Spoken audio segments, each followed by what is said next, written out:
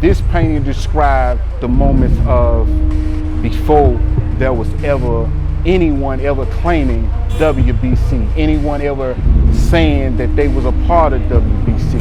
Because long before WBC ever existed, there were others who considered themselves in that lifestyle. There was another crew of people in that dope game that was selling drugs in the Wind Branch long before WBC was ever spoken of. So in saying that, this painting will break down the storyline of the WBC and what it was like for me coming up in WBC. And in saying that, I wanted to like really get every character, every role play, every just everything about that environment that I grew up in.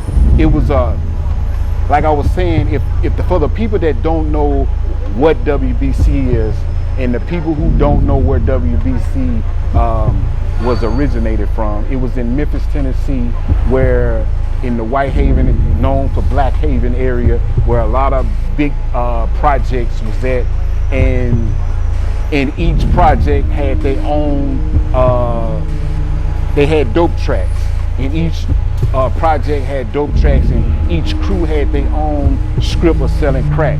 And in saying that, like I said, like in the early 1989, 90, 91, 92, growing up, I was selling crack in all of them. I would go to different sites, different scenes on different avenues of Winchester and Mill Branch, right?